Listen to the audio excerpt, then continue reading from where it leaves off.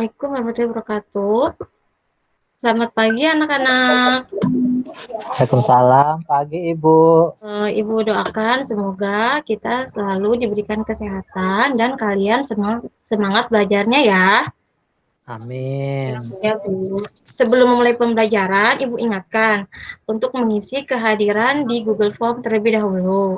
Ayo, sudah mengisi absensi di Google Form-nya belum? Sudah, Bu.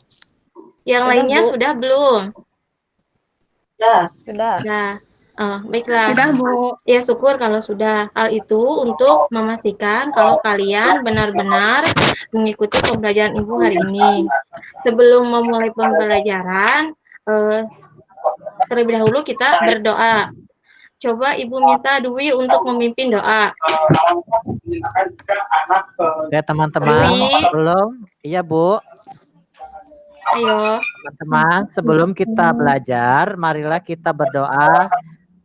Berdoa dimulai. Berdoa selesai. Ya, terima kasih Dwi. Sama-sama, Ibu. Nah, untuk selanjutnya, kali ini kita akan belajar tentang tema 5, subtema 1, pembelajaran 1. Setelah menyimak materi, Ibu berharap kalian dapat menjawab pertanyaan berdasarkan teks non-fiksi dengan benar.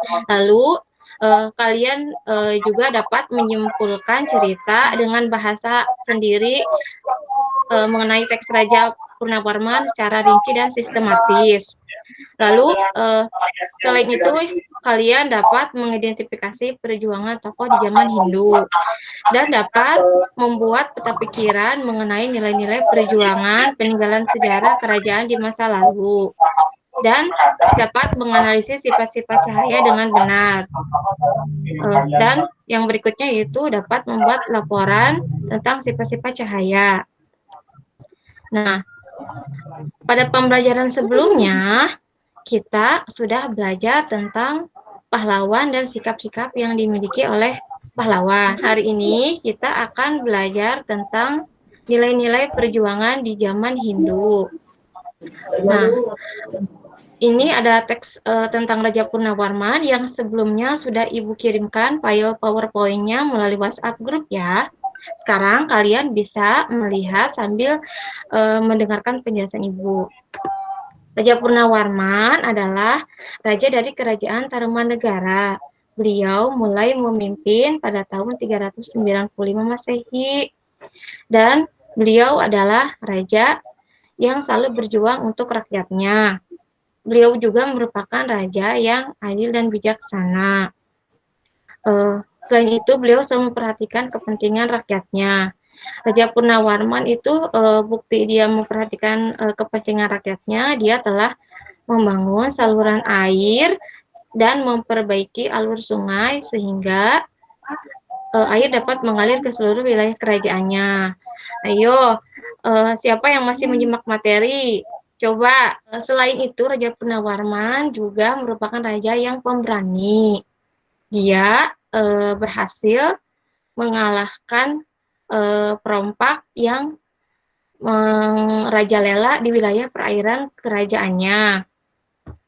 Lalu sampai perompak itu dapat dibasmi sehingga rakyat pun dapat hidup aman dan sejahtera. Nah, untuk kerajaan Tarumanegara sendiri itu meninggalkan 7 buah prasasti. Yang pertama itu adalah prasasti Tugu, yang kedua prasasti kebun kopi, yang ketiga prasasti Pasir Awi, yang keempat prasasti Jambu, yang kelima prasasti Ciaruten, yang keenam prasasti Muara Cianten, dan yang ketujuh prasasti Cidahyang. Ayo, dari ketujuh itu siapa yang masih ingat salah satu prasasti yang Ibu sebutkan? Di sini tidak ada tampilannya. Ibu ingin mengetes pemahaman dan ingatan kalian. Tadi prasasti apa yang dimiliki kerajaan Tarumanegara? Ayo, siapa yang bisa jawab? Ayo anak-anak, siapa yang bisa jawab? Coba perhatikan gambar berikut. Ini adalah salah satu prasasti yang paling dikenal dari Kerajaan Tarumanegara. Prasasti ini adalah prasasti Ciaruten. Ada yang tahu kenapa bisa sangat dikenal ini prasasti ini? Kalau tidak ada yang tahu, Ibu kasih tahu ya.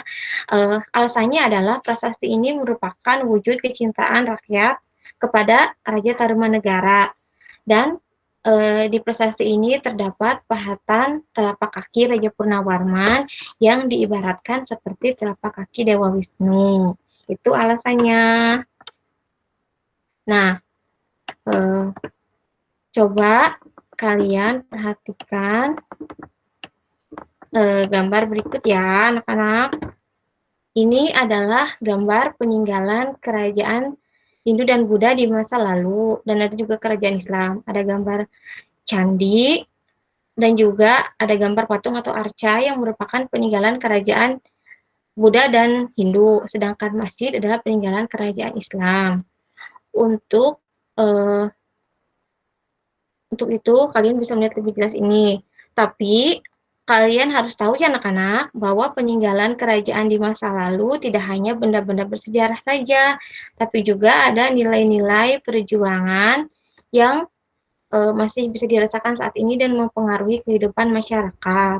Ada yang tahu nilai-nilai apa saja untuk membuat mind map atau peta pikiran tentang nilai-nilai perjuangan peninggalan kerajaan di masa lalu. Nah, ini adalah contoh nilai-nilai perjuangan di masa lalu.